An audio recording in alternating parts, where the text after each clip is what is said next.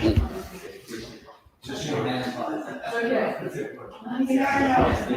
right, thanks for being with us. The wonders of technology. So tonight we're in step 12. We told you last week it's time to take that power out for a walk now that you've woken up to it. And so that is what we're going to try and demonstrate here. We're going to be in chapter 7, page 89 of your book, and it's entitled Working with Others. They start out with some promises and conditions. See if you can identify some of them, see if you can relate to some of them. Practical experience shows that nothing will so much ensure immunity from drinking as intensive work with other alcoholics. It works when other activities fail. Anyone see some promises or conditions or both there? Yes. Other activities like that. Denise points out that other activities will fail.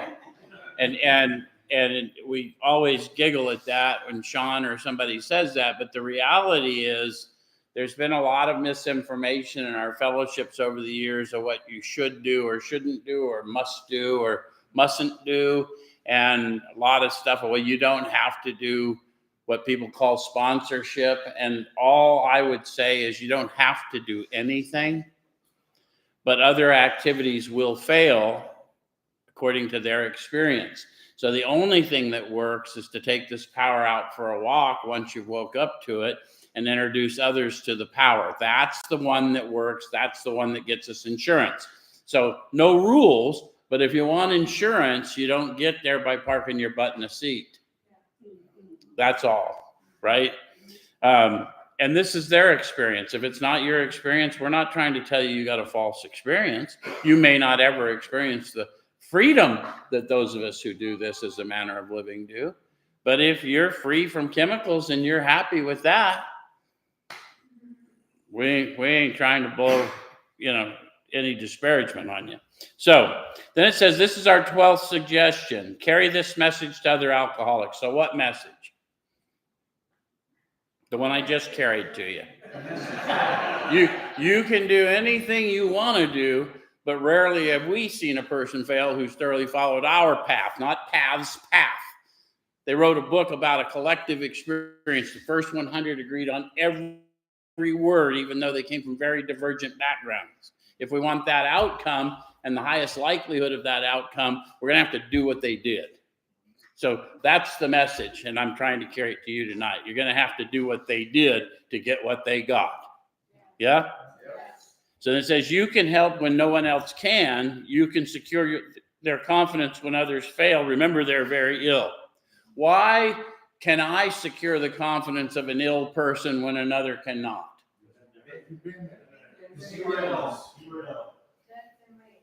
I think I probably have a better idea how to approach because I know how I would have liked to have been approached. Yes? All right. So life will take on new meaning. How many of you needed for your life to take on new meaning? Everybody.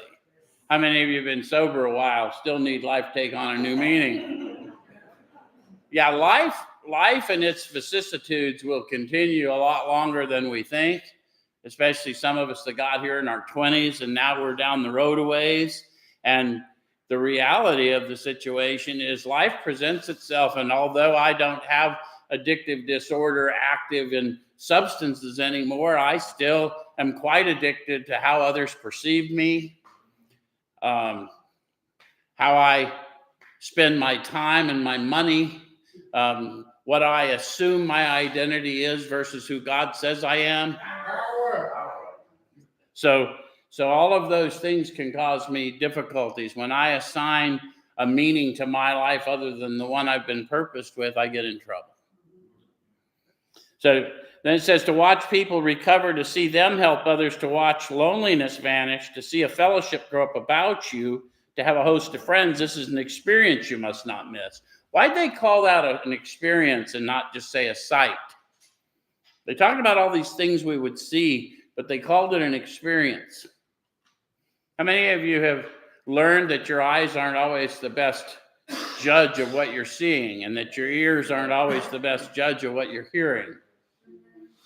Because we have a vital sixth sense now. We have a power, sensory power within us that informs even in difficult circumstance. Yes? How many of you have learned that you know people, their identity by the signature on them, regardless of what they say? So says, we know you'll not want to miss it. Frequent contact with newcomers and with each other is the bright spot of our lives. Perhaps you're not acquainted with any drinkers who want to recover. They said, perhaps. Even then, they must have known some things that many of us have discovered. How many of you have been a drinker who did not want to recover? How many of you found yourself in recovery meetings because it was just easier to fade the heat there? How many of you found yourself in detoxes or residential treatment programs and you really didn't want to recover? So again, my eyes will lie to me about what I'm seeing. The sound of their voice will lie to me if I'm paying attention to what they're saying instead of how I'm feeling while they say it to me, right? Okay. So it says you can easily find some by asking a few doctors, ministers, priests, or hospitals. They'll be only too glad to assist you. Don't start out as an evangelist or a reformer. What are they talking about? Yeah, and not just preaching religious dogma, but also talking about the evils of drink or drugs. Or, again, if I'm awakened in the spirit, I understand there's all kinds of roles played here. And one of the roles that all those chemicals played in my life is they beat me into submission so that I could actually awaken to who I really was intended to be. So they actually functioned quite well in my life, but it had been hard to tell for the first half. Unfortunately, a lot of prejudice exists. You'll be handicapped if you arouse it. Ministers and doctors are competent, and you can learn much from them if you wish. But it happens that because of your own drinking experience, you can be uniquely useful to other alcoholics. People who watch alcoholics drink have no comprehension of what's going on in the alcoholic's mind. And I don't care how learned they are, they can hear it from 10 of us. 10 of us will have 10 different stories, and the same 10 tomorrow will have 10 more different stories. And it's only someone who's lived in that state of confusion that can cut through the confusion and find the commonality.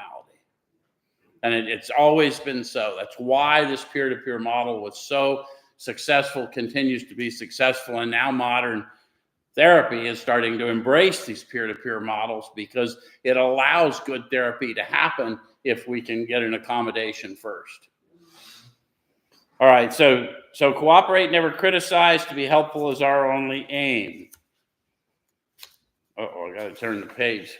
So I can't blame the machine for that. When you discover a prospect for Alcoholics Anonymous, find out all you can about him. If he does not want to stop drinking, don't waste time trying to persuade him. You may spoil a later opportunity. One of the things I don't think we do well now, because we don't go out on the highways and byways and find them, we go to meeting halls. We assume a lot about people because of where we met them. And we don't know anything about them, especially if they're brand new.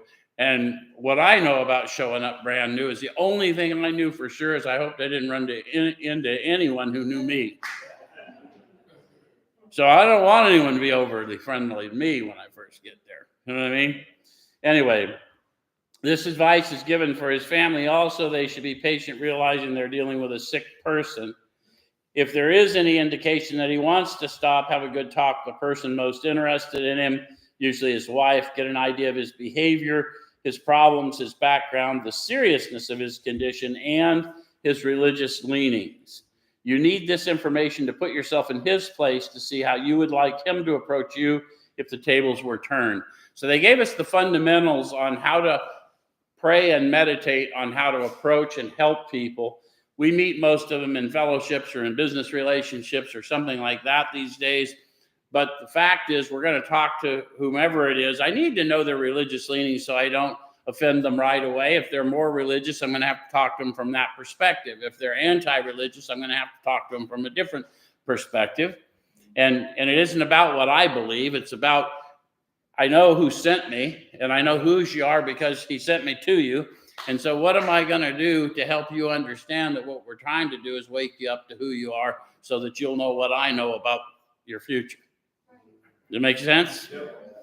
I'm going to go from there to the middle of the next page, because this is how we normally meet people. It says, see your man alone if possible. Now, we normally meet them in the fellowship hall. It can be a little bit tricky to see our man or woman alone, can it? Yes. So this is usually where I say, how do you do it? And Sean says something about get in the car.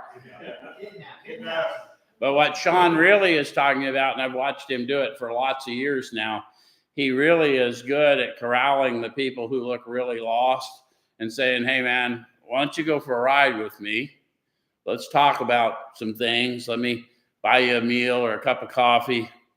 You know, and what happens in those meetings before the meeting and the meeting after the meeting is you get to know who we really are, so you can find some common ground, let down your guard a little bit. That's really what happens, right? So at first, engage in general conversation. So what's that look like? Well, a lot of times we have this whole recovery speak, or we've got whatever going on, instead of just, hey, man, I haven't seen you around here before. Did you just get a job nearby? You know, what brings you here, right? Or am I just not knowing who you are, right? Instead of assuming we know everything about them because they stumbled into a room I happen to be in. So after a while, turn the talk to some phase of drinking. Tell him enough about your drinking habits, symptoms, and experiences to encourage him to speak of himself. This is my opportunity to talk about me. It's really my favorite subject. In fact, everybody, if they're honest, their favorite subject is themselves. If you really want to win friends, talk to them about them. Something about the addictive disorder, when I describe me and they relate, they hear it in first person. But it's not as assaultive to the ego. Does that make sense? So the reality is, once that happens, then the playing field, then there's an opening. Some of you felt it in the room and it shifted. That's when there's possibility for information to go in. So if he wishes to talk, let him do so. So you're going to have to be sensitive to the spirit within you, that when it's time for them to talk, zip it. Yep, and let it come to you. You'll thus get a better idea how you ought to proceed. We also have limited ability to receive. Why do you think PON all these years has been exactly 1 hour and we make a ceremony around it? Because the mind cannot absorb what the ass cannot endure. Very simple. Enough's enough. All right. If he's not communicative, give him a sketch of your drinking career up to the time you quit, but say nothing for the moment of how that was accomplished. Why'd they say that? They want to be curious. Want to see how curious they are, yeah. And who among you can tell me how your sobriety was accomplished? And to a person, we really can't. We used every day, no matter what. We went through all kinds of hell. And then one day, pow, that didn't happen again. Why? Don't know why, and I don't know how. I only know who. And I know who because I've awakened to him in me through this manner of living. Yeah? All right. So if he's in a serious mood, dwell on the troubles liquor has caused you, being careful not to moralize or lecture. So what's that they're cautioning us about? Sometimes we talk in disparaging terms about ourselves. And again, all they can hear is, you mean like me. So when I'm describing myself as a thief or a liar or a piece of crap, they're hearing, you mean like me. That's not my intent. So what I learned, because I was awakened and served in this manner of living for some period of time, is at my worst and at my best, I was a child of the living God. And so I need to talk to them about who I know they are versus who they think they are. Because I want to talk to the one who wants to live. Does that make sense? All right. So if his mood is light, tell him humorous stories of your escapades, getting him to tell some of his. How many of you got some funny stories about being out there running and gunning? Most of us have some funny stories, and some people, we need to understand, they'll have them later, but when we first get here, we're so broken, there's nothing funny. So we need to be sensitive to that, right? Okay, so when he sees you know all about the drinking game, commence to describe yourself as an alcoholic. Tell him how baffled you were and how you finally learned that you were sick. So how baffled were you, and how did you finally learn that you were sick?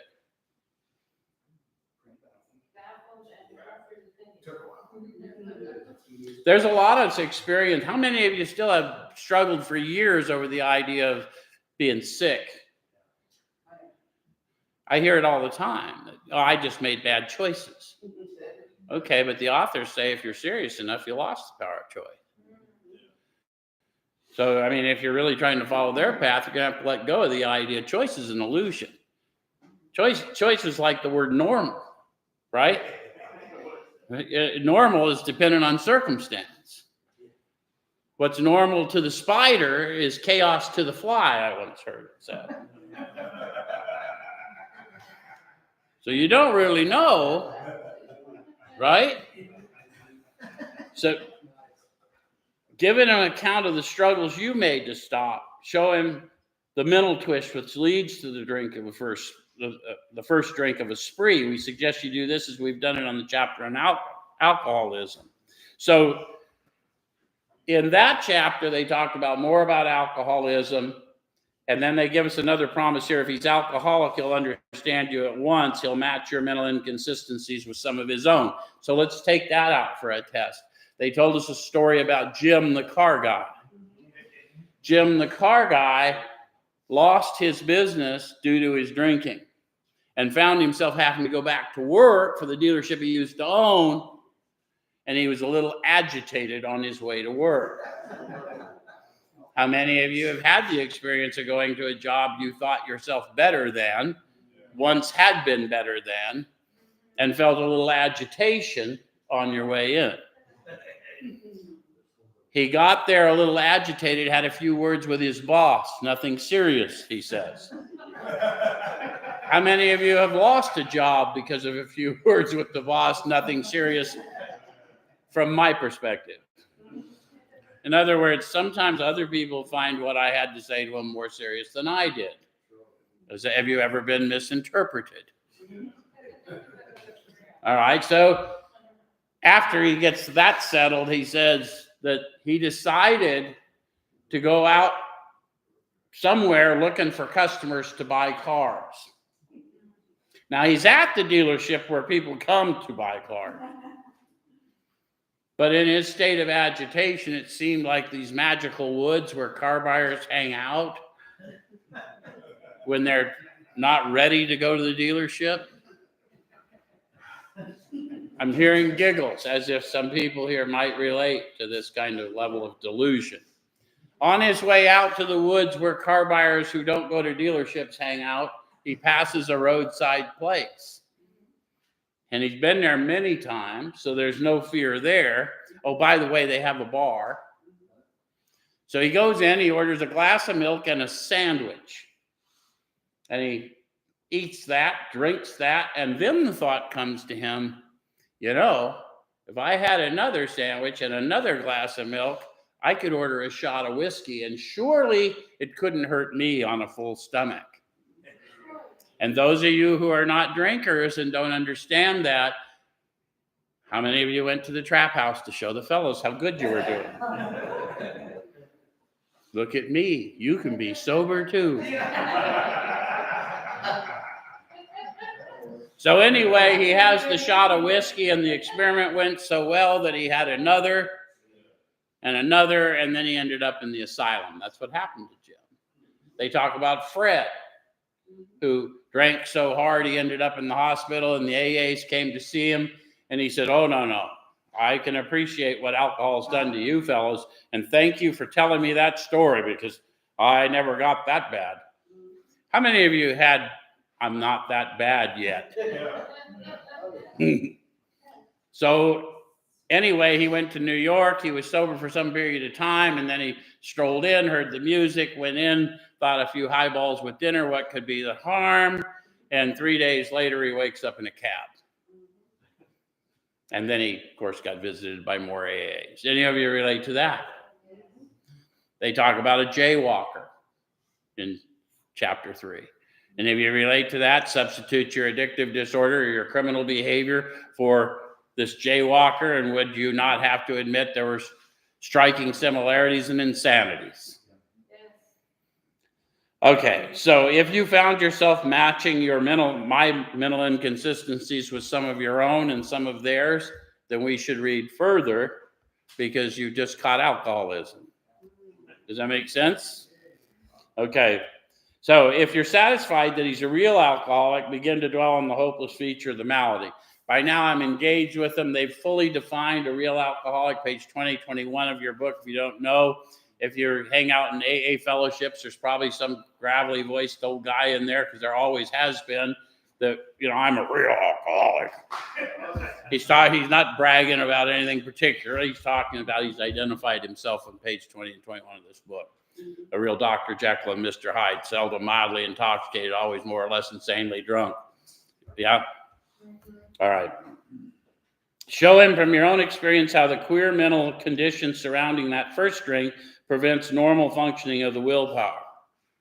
So the steps will help you with that, but how many of you had rules for yourself? Oh. Okay, and so you always had good intention, and you followed the rules until you didn't. Yes?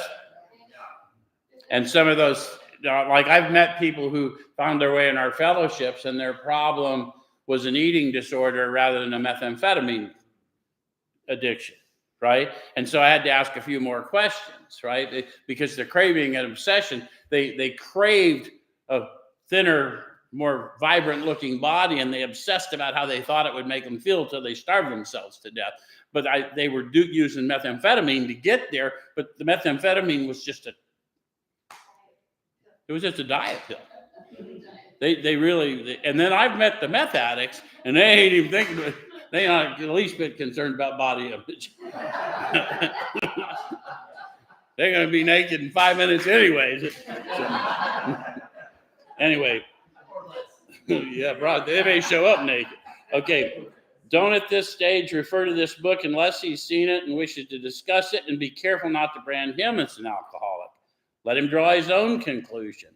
If he sticks to the idea that he can still control his drinking, tell him that possibly he can if he's not too alcoholic. Now, some people think that's cruel or whatever, and maybe it is if you misuse it. But to a person, I've never met anyone that wants to be told they're not addict enough. They're not alcoholic enough. So they're going to try and convince you if you just, oh, well, perhaps you're just not there yet. Maybe you could make it work on your own. What difference does it make? If they still think they can, whether they admit it or not, do you think they're going to try? Of course they're going to try, because you would. I did. I'd lie to you right to your face and then know where I was going from there. All right, so insist if he's severely afflicted, there may be little chance he can recover by himself.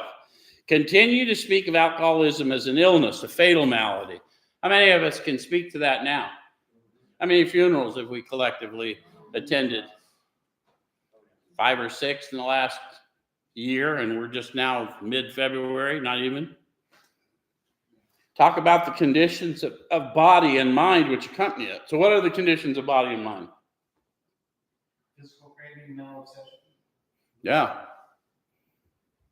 Keep his attention focused mainly on your personal experience. Explain that many are doomed to never realize their predicament.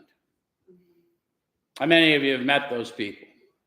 Sat down with them, talked to them. They acted like they wanted to do better. And then the next thing you knew, they just weren't doing better. And they were barely recognizable when you saw them again.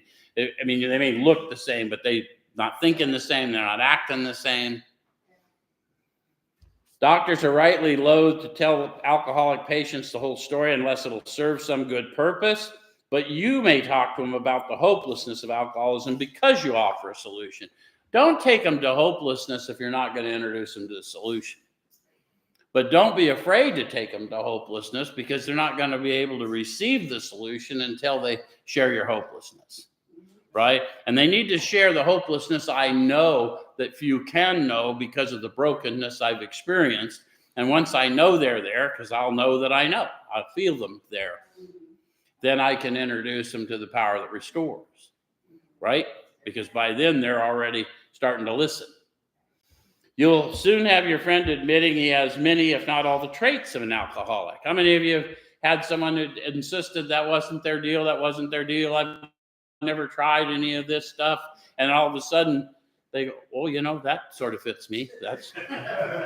See, we do that at meetings, but we don't do it. That's why the intensive work is so much more powerful, because it convinces me of the depths of my own illness to see it in another. I can see it in them when I can't see it in me. That's why I always had that one guy who at least I wasn't that bad yet. Right? It was hard after a while. So if his own doctor is willing to tell him he's an alcoholic, so much the better. Even though your protege may not have entirely admitted his condition, he's become very curious to know how you got well. Then another little instruction, let him ask you that question if he will. And I call that to your attention because we don't tell them this till they ask, because when we tell them, it's going to floor them. They're going to get hit with power. That's the intent. So it says, tell them exactly what happened to you. Stress the spiritual feature freely. So let's show you what that looks like. I used every day, no matter what, year in, year out, month in, month out. I didn't stop unless I was hospitalized or locked up, chained down. Even when I was chained down, if you would give me chemicals, I'd get loose inside, chained down. An uninterrupted flow of narcotics was beautiful vacation for the likes of me. I went there to get it. That's who I was. And then one day, I met a man who knew a man. And he told me of a very different story. And when I asked him, he told me that you will get up and walk from here. And I believed him, and I'd never believed anyone before. And I've never been the same since that day. Now, my circumstances look very much the same. But me, many years later, I'm still trying to reach the unreachable. I don't want a credit for it. You'll never see my picture on Facebook showing you my 12-step call. I used to tell people that if you are doing so little of it that it needs to be commemorated in a photograph, you're not doing enough of it. I worked for a state agency when I came into recovery the last time, and I never counted the forms I filled out either, because it was just my fucking job. It wasn't a time for an award, but end of rant. If the man be agnostic or atheist, make it emphatic that he does not have to agree with your conception of God. Why does he not have to agree with my conception? Yeah, hopefully if he's been talking to me and I've been paying attention to the instructions, I haven't talked to him about any conceptions whatsoever. I've been calling his attention to the experience we're sharing. The connection, the revelation, the strange sense that things are going to be different. Yeah? Okay, he can choose any conception he likes, provided it makes sense to him. Start where you are, but be honest with yourself. You'll hear silly things in our fellowships like doors and light bulbs and groups of drunks. These are precise instructions. The power is found in you. So it's not a door or a light bulb or a group of drunks. It's a power, sensory power found in you, regardless of whatever theology you've ever had. The difference between religion and relationship is, are you serving in the manner of living? If you're serving, you're in relationship. If you're not serving, you're only fooling you. Does that make sense? All right, so the main thing that he be willing to believe in a power greater than himself and that he live by spiritual principles. Guys, if you're not willing to believe in a power greater than yourself, you should never go through the step process because you've got some valuable high time you're wasting. And I'm not talking about a theology. I'm talking about cocaine, methamphetamines, heroin were all powers greater than me. Alcohol was a power greater than me. Any street drug you could throw at me was a power greater than me. That's why I ended up in this clubhouse. Now, all I'm asking is if all those had that much power on me, maybe there's one who could relieve me from them. And if so, and it's found within me, and all I got to do is wake up to it, what do I got to lose? Make sense? Yeah. All right, so it says, when dealing with such a person, you'd better use everyday language to describe spiritual principles. So that's what I just tried to do for everybody right there. There's no use arousing any prejudice he may have against certain theological terms and conceptions about which he may already be confused. Don't raise such issues no matter what your own convictions are. You guys that are working with some of the religious people, you need to understand they're looking for your Alcoholics Anonymous, and they're going to shy from that the same way the guy who hates religion is going to shy from, you know what I mean? So we need to be sensitive to how they want to be approached, right? Based on that perspective. And we can't just say we're not letting that happen here, we're not letting this happen here. It all happens here. But we're the ones that are supposed to talk to them in inoffensive ways, which requires being awakened in the spirit and paying attention. Not what I want, but what he wants for them. Yeah? All right. I'm going to jump from that. Then I'm not going to get into the religious denomination, but I'm going to go over to page 94, outline the program of action, explaining how you made a self-appraisal. A lot of times in our fellowships, you'll meet people who've been around a long time cannot outline our program of action. I think it's the biggest tragedy in our modern fellowships. They'll hand you some list of meetings to go to and tell you to go to 90 of them in 90 days. And they might even hand a book to you, but they haven't read it themselves. I suggest to you that our book, the reason we've done this exactly this way for so many years, that's the only place you're going to find how to precisely lay out the manner of living they suggest. It's contained in the book. That's why the book's here. I know what the book says. It's a prop. But I want you to see where I go to point people to. And then once we start doing what this says, I'm going to point you to the experience you're having. And that should be proof enough. It's not, don't trust me. I hear people, I don't trust people. I don't either. Why would you? Trust God. All right. So how you straightened out your past and why you're now endeavoring to be helpful to him. Why am I now endeavoring to do this after all these years? I find joy in it. I find purpose in it. I find power in it. I've been blessed beyond measure for doing it. And that was never the reason I did it. I never did anything without expecting a blessing. But this I did without expecting a blessing, and I've been blessed more than I've ever known. It's important for him to realize that your attempt to pass this on to him plays a vital role in your own recovery. I can't live free in this body unless I'm trying to lift other people out. I've tried, and that's what always happens. When I get stuck, it's because I'm not reaching out my hand enough. Actually, he may be helping you more than you're helping him. Make it plain that he's under no obligation to you, that you hope only that he will try and help other alcoholics when he escapes his own difficulties. So I think that's what we really need to help people. You don't have to call it sponsorship, call it mentorship, call it whatever, trusted friend, call it whatever you got to call it in an inoffensive way. But you're going to have to offer yourself to others to level the playing field and let them know of what this power's done for you, or you will not get the freedom. You will not get the house cleaning you seek. I have to participate in the changing of what I thought was a wasted life into a purposeful existence, and that only happens by using that experience I was brought through to help another through it.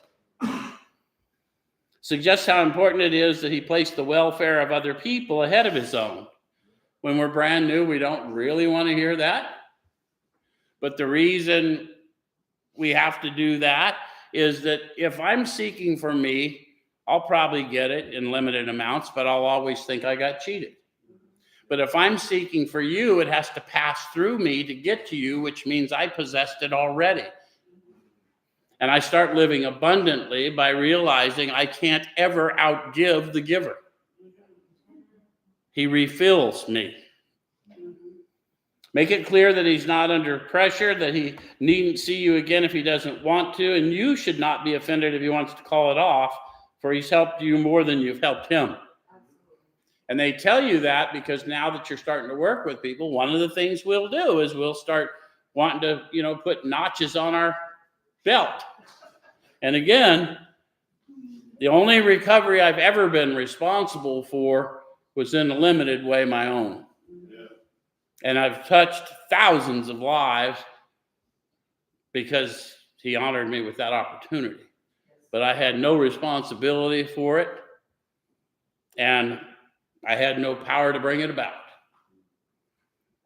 So if your talk has been sane, quiet, and full of human understanding, you've perhaps made a friend. Maybe you've disturbed him about the question of alcoholism. How many of you met somebody who disturbed you about the question of alcoholism, but they didn't necessarily wasn't somebody that you sat down and did all this, just somebody that had a way of bringing to light an experience that resonated with you? It's what our meetings and our fellowships are supposed to be about. They hear us cutting up and talk about, because we clean up pretty good. We clean up, and then we don't look like what they ran with when we first, right? And so they like to know that, look, dude, you don't think you fit in because you still smell some, but we're going to wash you up and you're going to fit in just fine. But our crazy didn't leave us.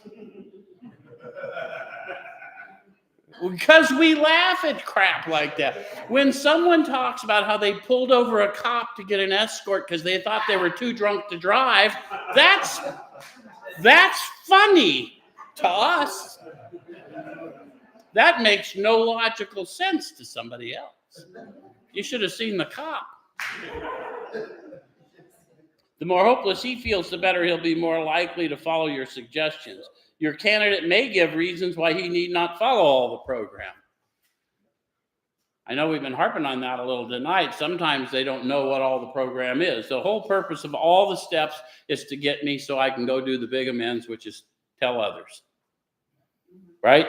So if I'm not going to do that, I might as well not do any, because I'm not going to get the house cleaning I desire. I don't even know what my old ideas are until I have to confront them to work with you. I don't know about what my prejudices are. I don't know what all my judgments are and how they've kept me tied back. I don't know any of that until I start trying to offer it to somebody else. He may rebel at the thought of a drastic house cleaning, which requires discussion with other people. Do not contradict such views. Tell him you once felt as he does, but you doubt whether you would have made much progress had you not taken action. So isn't that true for all of us? All of us looked at the steps on the wall and go, what an order.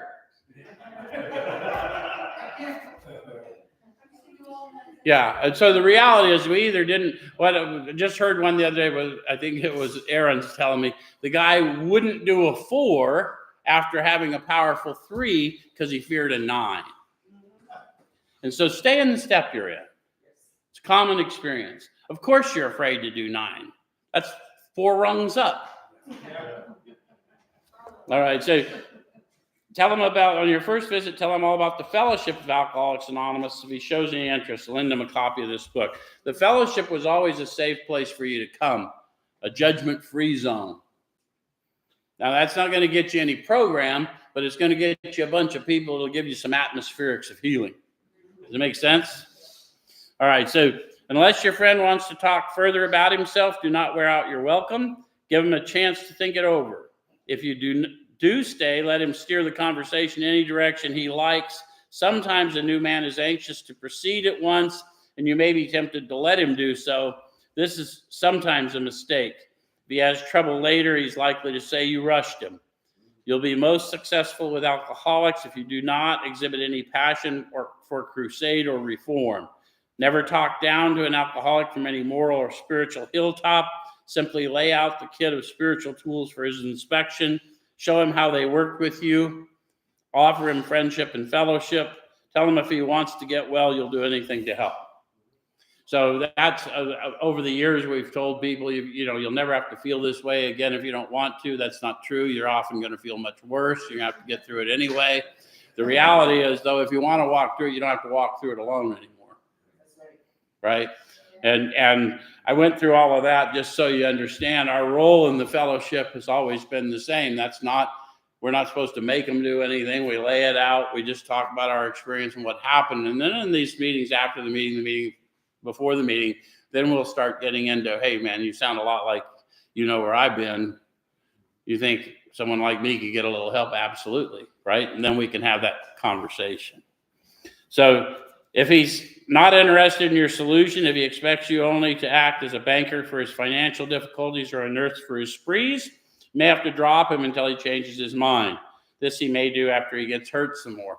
So again, they're going to talk about it. Don't put your work on a service plane. Don't have them relying on you. You're doing them a disservice, right? So I'm going to jump over to page 96. It says, do not be discouraged if your prospect does not respond at once. Search out another alcoholic and try again. You're sure to find someone desperate enough to accept with eagerness what you offer. So look for desperation in the way it feels to be. You look for that instead of the signs or the words. Because you'll hear a lot of people when they say they want to get well, oh, I need a sponsor who's going to be tough on me. There ain't nobody on earth going to be tougher on you than you've been on you. So you got the wrong idea what our relationship is. Ain't nobody can corral you. We've tried to herd cats. That's how we got here. Anyway, I'm going to jump over now to, I'll jump to the bottom of the page. He may be broke and homeless. If he is, you might try to help by getting him a job or giving him a little financial assistance. But you should not deprive your family or creditors of money they should have. Perhaps you'll want to take the man into your home for a few days, but be sure you use discretion. Be certain that he'll be welcomed by your family and that he's not trying to impose upon you for money, connections, or shelter. Permit that and you'll only harm him. So we need to realize that it's not about trying to be generous and be on display. It's about if there's a legitimate need and they're doing everything they can, if we can soften the blow, let's do it. But don't be crazy, right? And if you do this, understand that if you bring them in your home and it doesn't take for them when they leave with all your stuff, you brought them, right? Okay. Anyway, it goes on to say on page 97, never avoid these responsibilities, but be sure you're doing the right thing if you assume them. So check it with the Spirit within you. By this stage, you've awakened to the Spirit. It'll tell you what to do. And if it doesn't tell you what to do, it either has told you and you don't like the answer, or you need to delay, right? All right, and it's okay. Hey, here's something you may not have heard.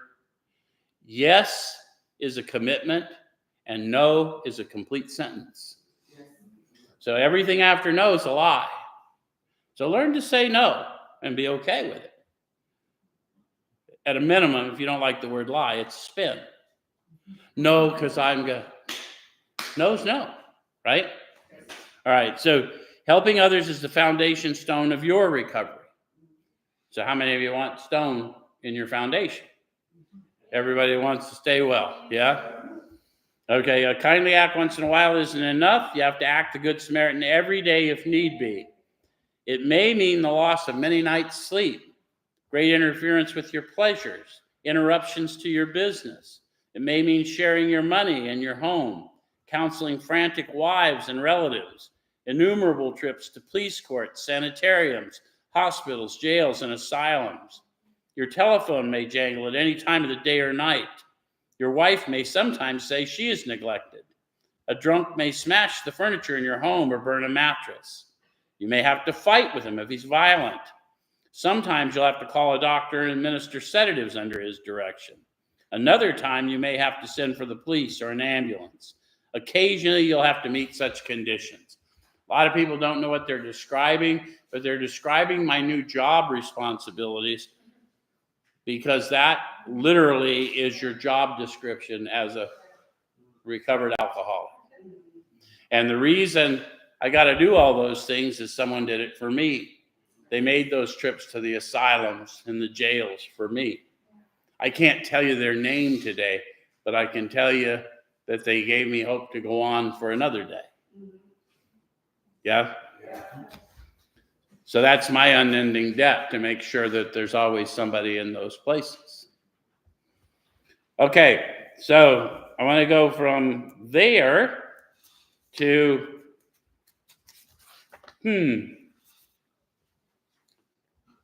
Okay, I want to get back to 98, second paragraph. Last week we talked about growing in understanding and effectiveness, and I said by 12 would tell you what we're growing in according to them. It says it's not the matter of giving that's in question, but when and how to give. So I'm growing in consciousness of this power, that sense of direction, when and how to give. I give to everyone who asks, but not necessarily what they ask. And if I do, not because of my prejudice, but because of what their legit need is. Yes? If what they're asking me for would be harmful to them, then I simply have to give them an alternative, right? Find creative ways to say yes. Yes? All right, so that often makes the difference between failure and success. The minute we put our work on a service plane, the alcoholic commences to rely upon our assistance rather than upon God. He clamors for this or that, claiming he cannot master alcohol until his material needs are cared for.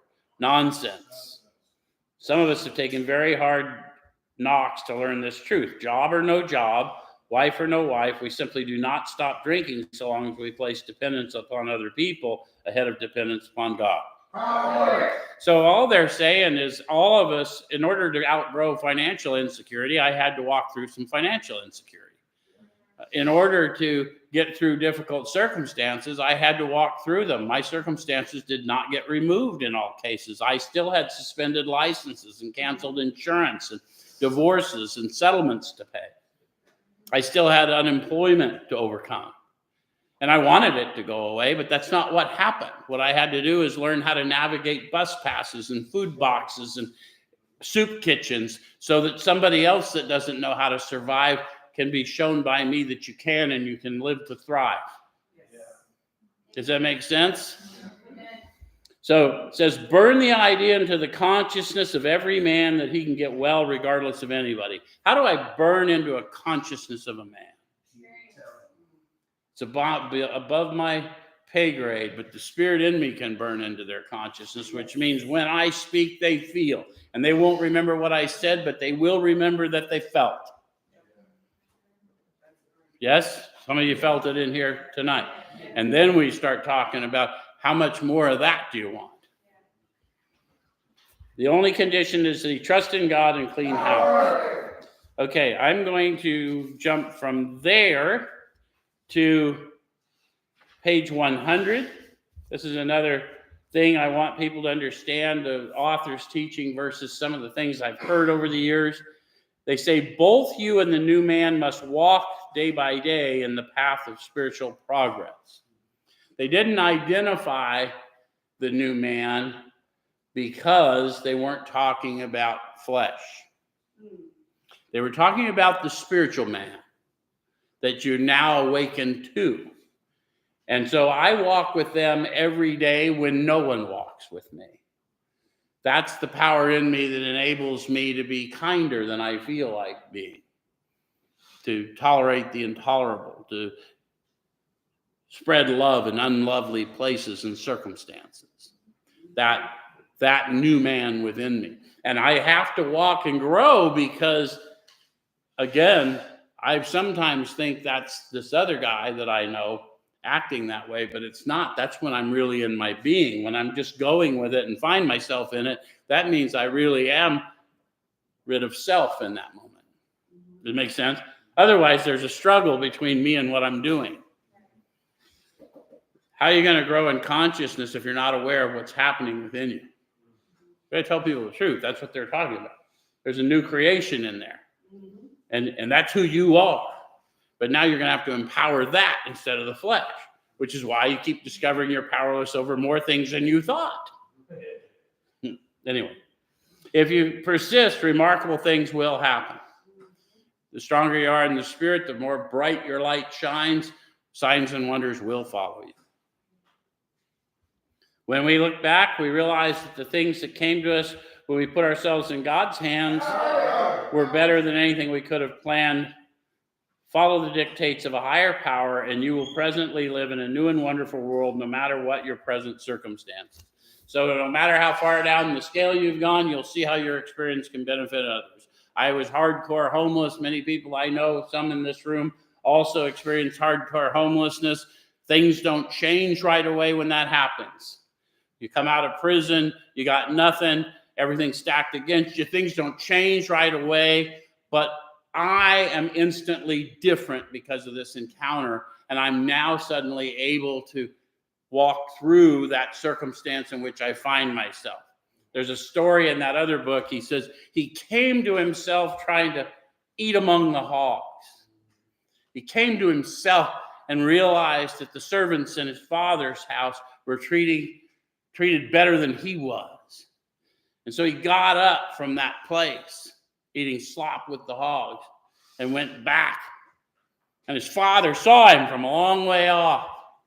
He said, "Bring out the fatted calf. Bring out the robe." And that's what they're trying to commemorate here, is instantly rearranged, but gradually awakened to a new identity. Does that make sense? I think that's us. Next week, we're in step 1. Thanks. I don't know how to do it.